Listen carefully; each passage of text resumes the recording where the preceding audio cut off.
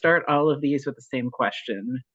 Um, and with you, it's extra fascinating because I've had a hard time finding anything like deep in your history about this. Um, so what was the experience like, the comedy record or stand-up performance? What is the thing that was the catalyst for you deciding you wanted to be an entertainer?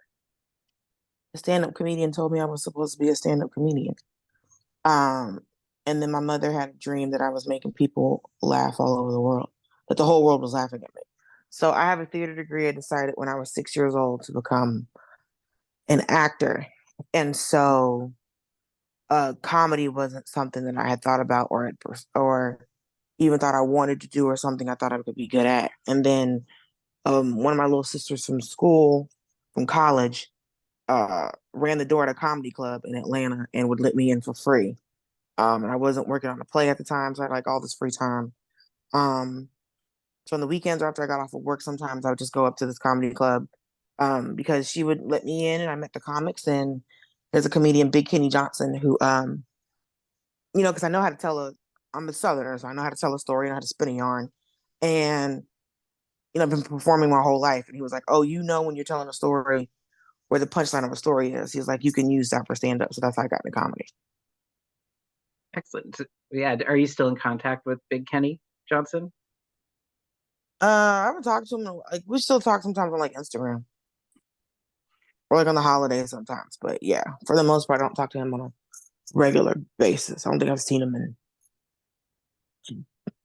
a decade probably. But Wow, he's also a comedian as well. So we're also both still working. So that's cool. So you spent, so your initial goal was to be an actor.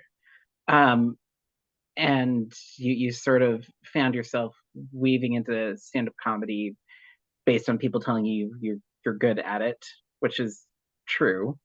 Uh, thank you. when did you, or what, how did you end up falling into the political world of comedy? Like what what motivated, what inspired that? Comedy Central asked me to audition for the Daily Show, and so I auditioned for the Daily Show. I don't ever see myself. I don't talk about politics per se as a comic. I talk about how the world affects me. So anytime people see me get on stage because I'm a black woman, they see it as this political act, and it's like I'm just trying to tell women not to sleep with broke men, or anyone who sleeps with men not to sleep with broke men. I'm really not out here trying to tell you, find out who your alderman is. So the political is the Daily Show. If you watch my half hour, if you watch the Netflix special I just did, I'm not talking about politics. Yeah, except the nature of how everything somehow gets politicized. Yeah, people make But yeah, stuff political, but unless I'm on the Daily Show, I'm not talking about, you know, world events. If unless it's like it unless it affects me directly or something in my life where it's like any specific politician or policy for that matter. But for the most part, I talk about mostly like not socioeconomic, but like socio-political stuff. So it's like how the world affects me, how I see the world. But it's not true about like the Democrats, the Republicans, the Independents. I'm not doing that. yeah. You are very good at that kind of connecting based on the experience. Have you? What kind of response do you get from people after a show?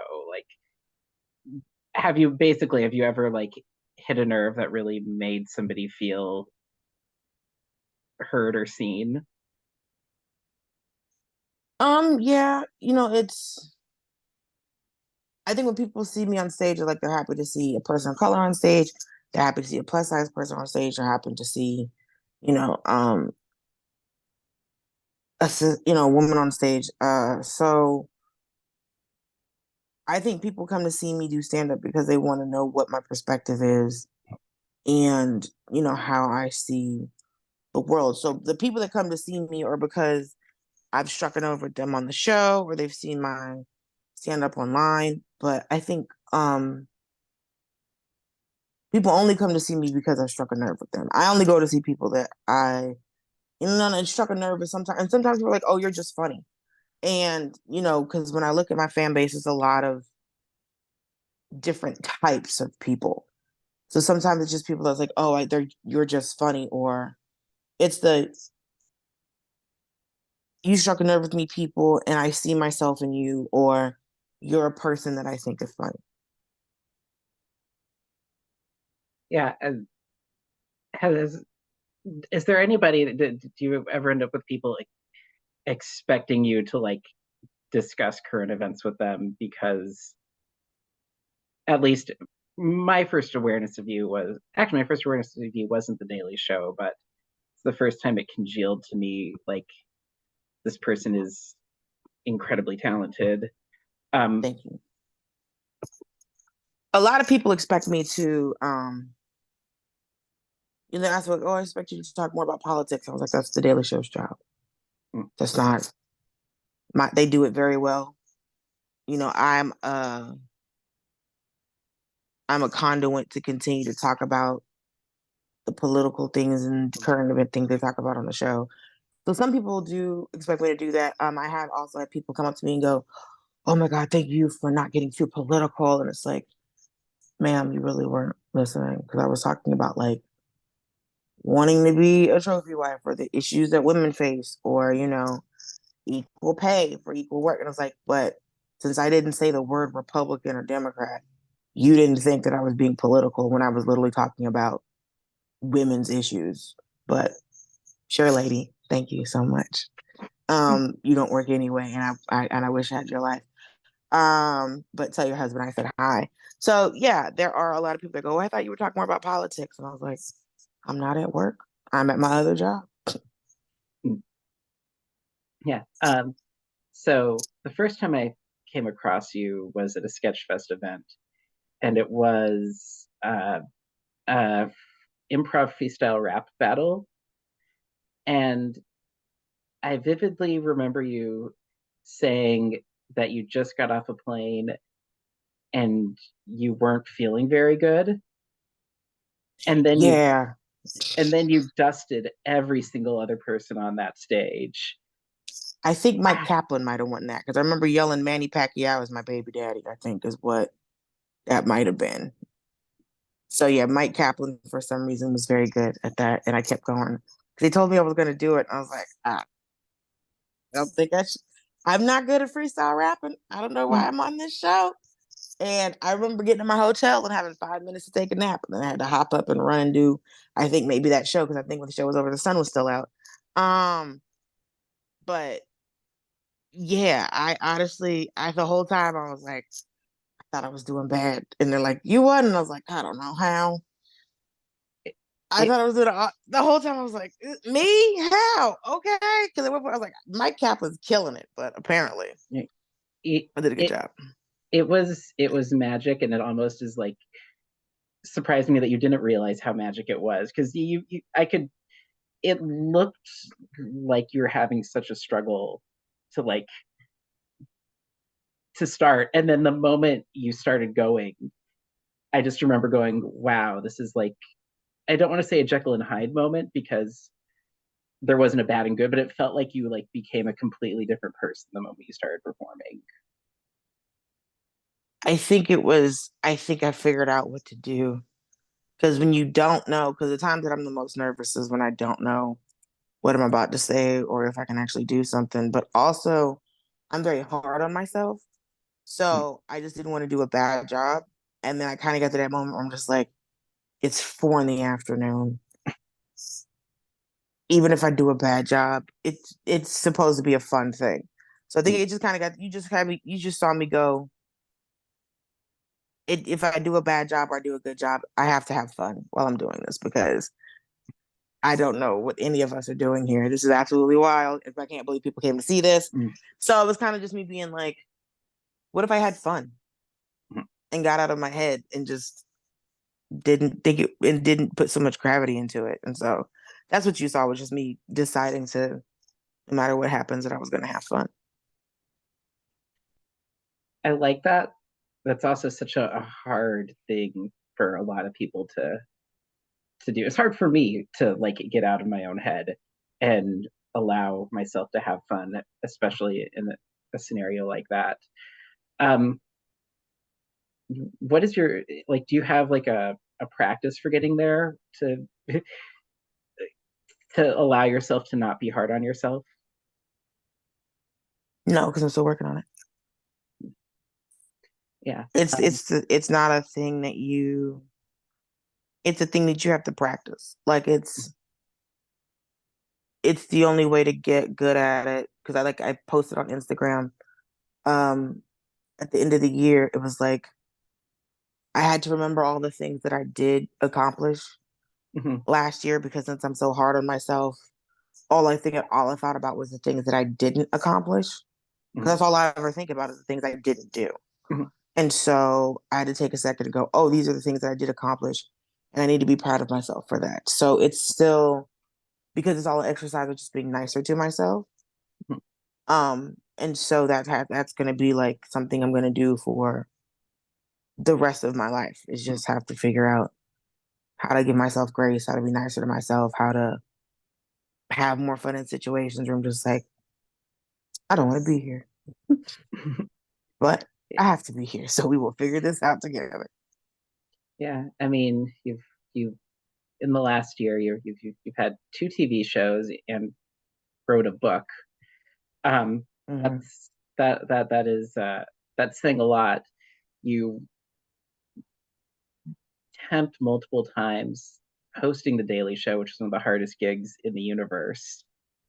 Um, so yeah, you've done good, for lack of a better Thank you. word.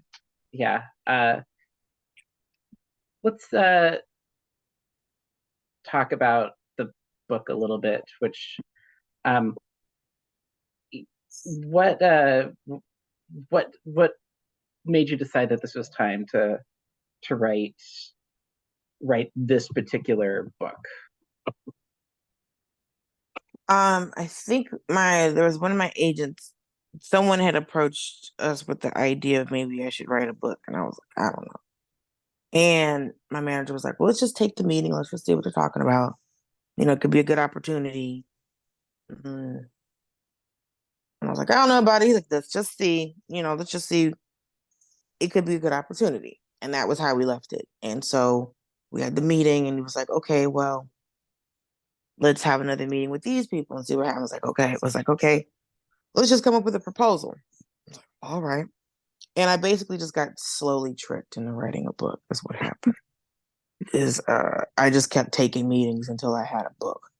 Um, we did the proposal, and then they sent the proposal out, and they're like, "Oh, somebody bought it," and I was like, "Wait a minute, now I gotta write a book." And he was like, "Yes." I was like, okay. So it was very difficult. It took a year to write. And I it's not a memoir because I'm not old enough to write a memoir, and I would be a completely egotistical and wild to write a memoir, because the first name I had for the book was "Don't Call It a Memoir. I'm Only 39," and the editor was like, "Name's a little too long. Uh, Also, you're telling people what it's not instead of what it is." And I was like, "But it's funny." No. So the book is a collection of stories, a lot of them that I can't tell on stage, mainly because they're too long. Um, and also it's like just stuff from me growing up and being in college, and being on the Daily Show and starting in theater, doing theater, starting in stand up, different things like that, and it and like dating stories. So that's why we came up with Hello Friends, stories of uh dating, destiny, and day jobs, which is basically it's exactly what it says. It's dating and all of the things that encompass that, and all the young men that I've met at certain points in my life who've I've allowed myself to have in my sphere for whatever reason.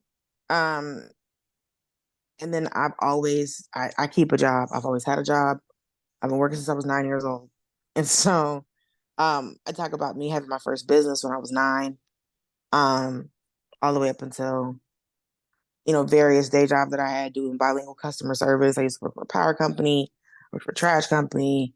My last day job, I was working at a stucco supply company. Um, and so just the anecdotes there. I started managing an auto body shop when I was like 22. So I worked on a used car lot and had to threaten one of the guys that worked there because he was asking me to sleep with him so I could get paid. And I was like, that's not why I just graduated from college.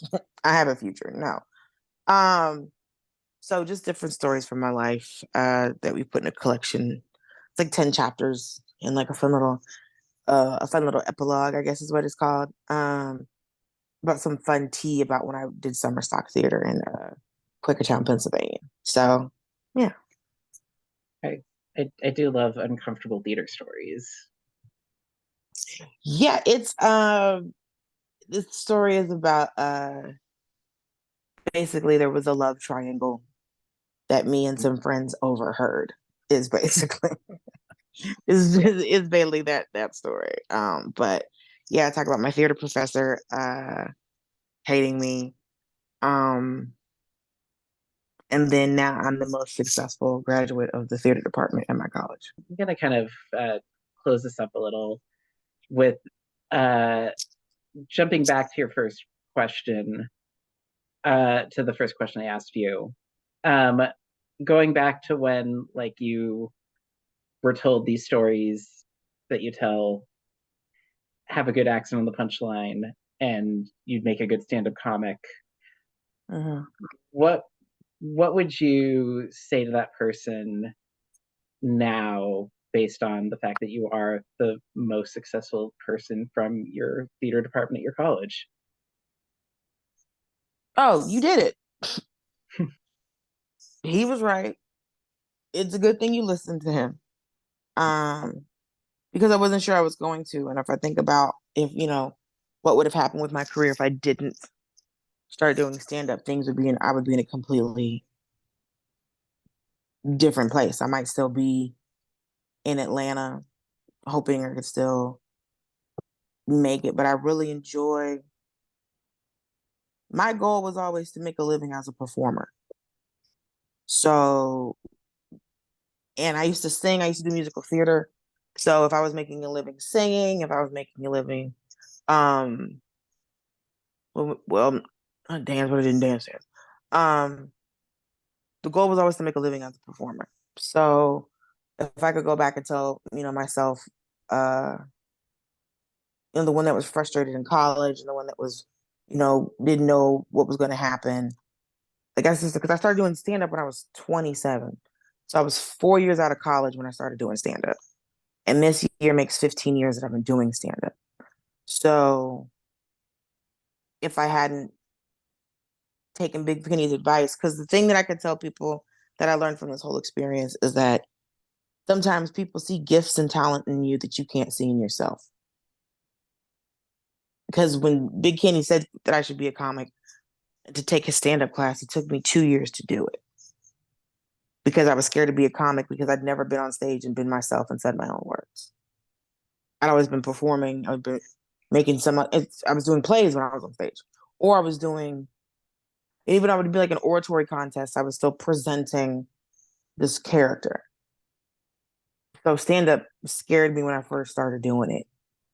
And still sometimes can scare me. But if there's a takeaway that I want anybody to have from listening to this, it's sometimes people see stuff in you that you can't see in yourself.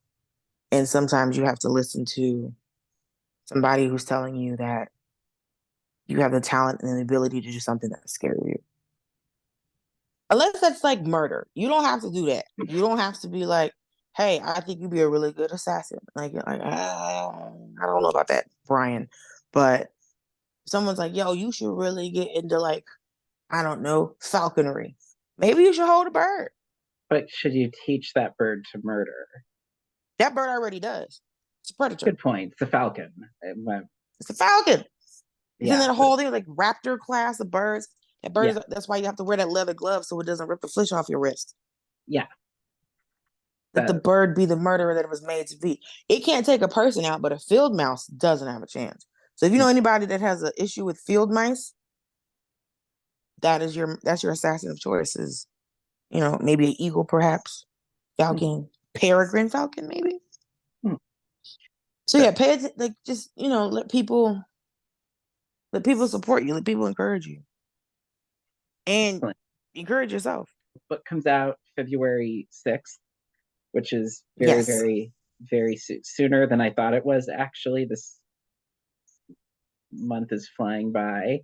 Um, Mm-hmm. but and next season of I I feel bad about this. I didn't even realize you had a TV show, a cartoon show that on Fox that's on 4 seasons, which is now the thing that I need to backtrack.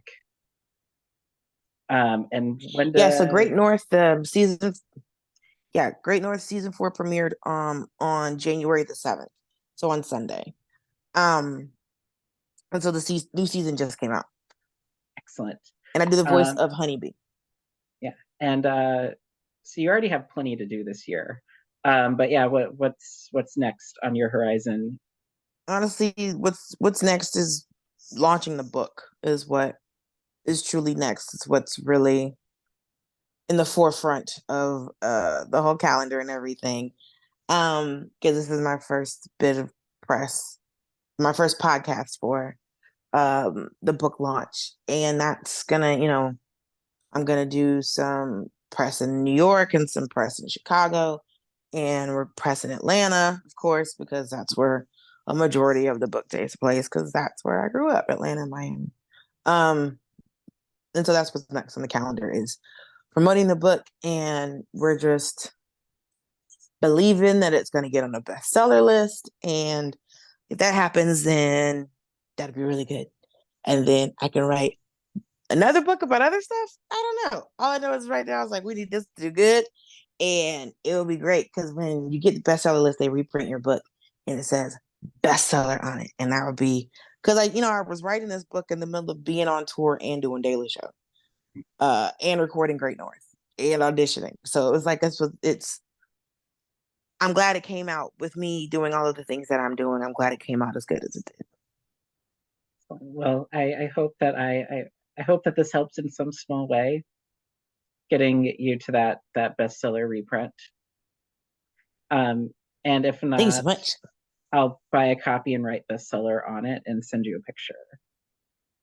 Oh, we don't have to worry about that, friend. It's gonna get it. I promise you. We're gonna get it. We're gonna Oh, get it. We're gonna get it. We're gonna get it.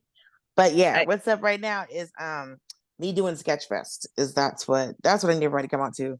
My show at January the 20th at Sketchfest, 9:30 p.m. Buy those tickets because I am coming to San Francisco and I haven't been there in a while, and I love Sketchfest. So yeah, yeah, and this time it'll be dark out when your show starts. wow, who knew you could do a show when the sun was asleep, when it had rested its weary eyes, and laid down and let the moon do what it needs to do. So yeah, and there's a couple other shows that I'm on. So you go to sketchfest.com and see other shows that I'm on. But my show, my solo show, my hour show is January the 20th at 9:30. But no, and it's sfsketchfest.com. If you go to Yes. sketchfest.com, you get the Portland Sketchfest, I think. No. Yeah. SF Sketchfest. Listen, I'm just thank you so much for your assistance. sfsketchfest.com. I will have to remember that before I start sending people to the state of Oregon. Yeah, I mean it's fine. They're good donuts there. It's the Pacific Northwest. What are you gonna do? Go to a crafting bar, have a donut, recycle? I don't know.